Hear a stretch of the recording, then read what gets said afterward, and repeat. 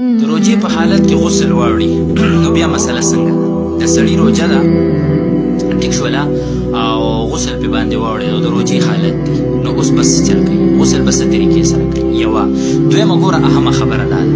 چې یو کس پېشمني کې راپاڅېدو او دته عذر پېښ شوی دی غسل پې باندې اورېدلی یا د ماسخوتن نه مثلا انسان دی کوروالی یې کړی جما یې کړی او دی بې اوده شوی دی او پېشمني کې په داسې ټایم کې راپاڅېدو چې که غسل کوي نو پېشمنی دې پاتې کېږي د اذان ټایم نږدې دی او که پېشمنی کوي نو غسل دې پاتې کېږي بیا پې باندې اذان کوي نو ګوره دلته به اوس څه کوي دا ګورې ضروري مسله ده او ډېرو خلکو ته پېښېږي او د لاعلمۍ د وجې نه خلک ځان په تکلیف کې واچي نو دا زمونږ او ستاسو نه ګورې پاتې ده چې دا مسله موږ زده کړو او دا مسله موږ نورو خلکو ته مو ورسوو خلک بې باندې پوه کړو مسلمان د تکلیف نه بچ شو اجر به الله موږ او تاسو ټولو ته راکوي ګوره اول مسله خو دا ده چې د روجې په حالت کې په سړي باندې غسل واوړېد نو دی به څه کوي بس سیده ساده خبره ده غسل به په سنت طریقه وکړي ښه ښایسته ده غسل نه مخکې به اودس چرندم وکړي او د چرندم کې خو ته خوله کنګالې که نه پوره خولې ته به ورسې ټیک شوله غرغړې به نه کې ګورې غرغړې به روجې حالت کې نه کې دا سنت دي دا فرض نه دي ښه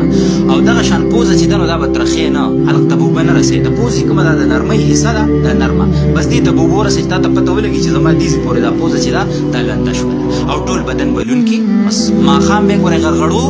او دغه شان چې کوم دی پوزه ترخولو ته ضرورت نشته بس دا غسل شوی دی ټیک شوله دا یو مسله دویمه دا ده چې ته په پېشمني کې راپاڅېدې او دا ته احتلام شوی دی غسل در باندې اورېدلی دی یا دا مسله ده چې په پېشمني کې ته راپاڅېدې او مطلب ته د ماسخوتن نه د جنابت په حالت کې وي اوده شوی وي او ټایم کم دی نو که پېشمنۍ کې غسل پاتې کېږي که غسل کې پېشمنۍ پاتې کېږي نو اوس پسې کې نو ګوره دلته چې کوم دی غسل مه کوه اول پېشمنۍ وکړه ټیک شو دا ګنجایش شته چونکې جمع ته خو لا ټایم ډېر وي که نه چې اذانونه خو وختي کېږي او بیا خو جمع ته ټایم وي نو داسې وکړه چې ته اوله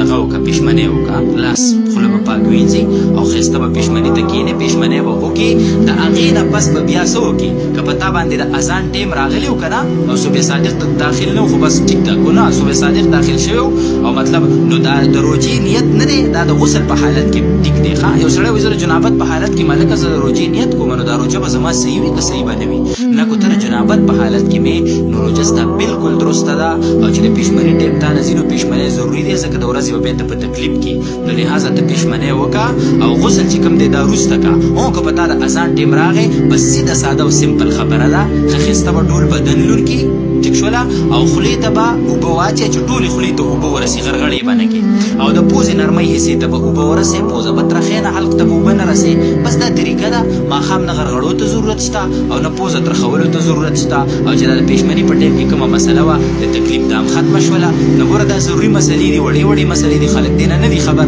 د لاعلمۍ د وجې نه هغې په تکلیف کې مبتلا وي او په ظاهره به درته ښکاري چې د شریعت دا حکم ګینې لکه سخت دی دلته اوس ما څه پېشمني ټایم هم کم دی او په ما غسل هم اورېدلی لکه زه دا غسل مخکې کومه خو لکه بیا خو ما نه پېشمنۍ پاتې کېږي نو دی خامخا په غسل ورځي او پېشمنۍ پرېږدي نو د ورځې بیا په تکلیف کې او خپل ذهن کې ولی شیطان راشي او دا وسوسه به ورځي چې چېرې د شریعت دا حکمونه خو ډېر سخت دي نو شریعت حکمونه سخت نه دي زما ستا جهالت ما او تا ته کار خراب کړی چې ما ته د مسلې نه خبر شو نو په شریعت کې د مسلو ډېره